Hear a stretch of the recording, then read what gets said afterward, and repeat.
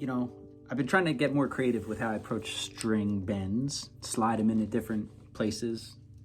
So I figured I'd make a video on just some licks I stumbled upon and or outright stole from other people, as is the case for this first one. So this one I ripped off of Jerry Donahue. He's a great guitar player. He really kind of redefined, I think, what's possible in terms of string bending. He used it in really creative ways to get like a pedal steel kind of sound.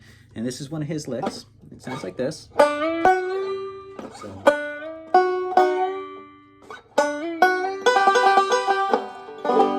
And the unique thing about it, all right, so I'm going to hang out on the 7th fret right here, and we're going to focus on the 2nd and 3rd string. The unique piece of this is that I'm going to start fretting, right, with my index on that 3rd string, and I'm going to pluck it and bend it to the 2nd string, just to meet. And when I get there, I'm going to shift the weight of my finger so that now I'm in control of both strings. And you get this kind of counterpoint tension between those two strings where one kind of raises at a slightly different rate than the other. And if you kind of play with that, right, we get some cool tones. So again, I'm plucking, coming down to meet, shifting my weight, and bending back up. So.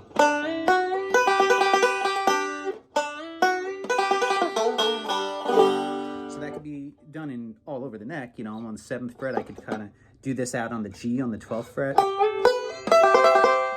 and always kind of just pedaling against that G drone. And so that's lots of different approaches to use that kind of concept and idea on different strings, but I thought that was a cool one. So number 2 is the one I kind of started out with. I like to take these, you know, picture this first inversion of a G, right? Here's our C. Our D. We used to count on those chords for backup, right? So if I hang out in the D, and I'm just going to focus on the 1st string and the 2nd string, and pick out these 2 notes from that chord, instead of using my index like I would if I was fingering the full chord, I'm going to use my middle finger. I'll show you why in a second. But what we want to try and do is keep this pinky stable and develop the finger strength to push this up a whole step, right? So we got this. And you can kind of play with that in the context of different rolls, backward rolls, forward rolls, and move it around. So here, it's sort of in the D shape, but when I push this up a whole step, I'm really coming to a G chord, right? So here's my G, and as I go back down, now I'm resolving back to kind of a D. I can do that up here, sort of at my G octave, right? With the 17th, 15th frets here. Could do it on the C. So that's a cool one. But to take it a step further, if we go back to the original, right here on my D, I'm going to throw my index finger down behind it. So we have these, right? 12th fret on the 1st string, 10th fret on the 2nd string, 9th fret on the 3rd. And in addition to doing this bend, if I keep these 2 fingers stable, I can use my index finger to push up again, bend up a whole step. And if we do that in the context of a roll, and play with it, you know, by doing the other one, right? So a lot of different ways you can just play with that in any kind of roll pattern. Do it up on the C, or the G rather. Okay, so that's number 2.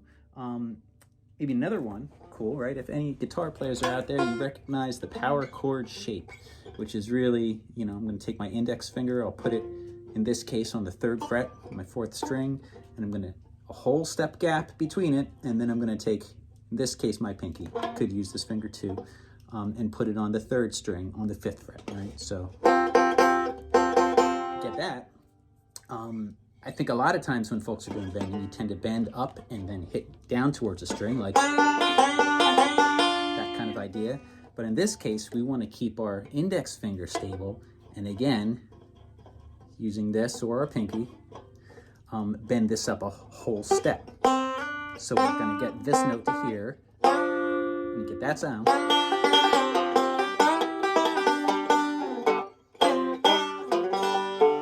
So lots of cool approaches you can do with that. Kind of in a similar vein with that shape. come up here, and again, I'm sort of pivoting against that low string, which stays stable. I can raise this up here.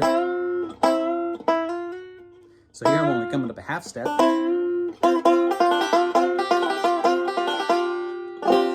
almost forgot. I want to add one more, lick number 4. So the idea on this one, you know, a lot of times when we're doing our bends, we're kind of starting from the point of no resistance and bending up. Right? This is thinking along the opposite lines, where we're going to start out with that note already bent up, in this case a whole step, and then start plucking it and resolve down.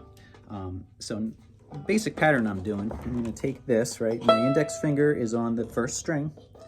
We're up on the 14th fret. I'm going to lay my middle finger down right on top of it on the 15th fret on the 2nd string. We got that shape. I'm going to move it a whole step away. So I'm kind of doing a backwards roll, starting on thumb on the 5th string. The next movement is a slightly different shape. I'm on the 10th and 12th fret. Sort of bad form to do that. That might be better, but that's how I like to do it. And so what we're trying to do here is, again, bend down to the note so we get this.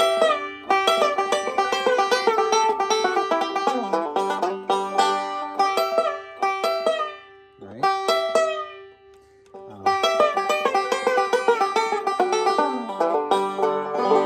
Yeah, it's a little stankier, a little greasier. So I think there's a lot of cool things to be done there.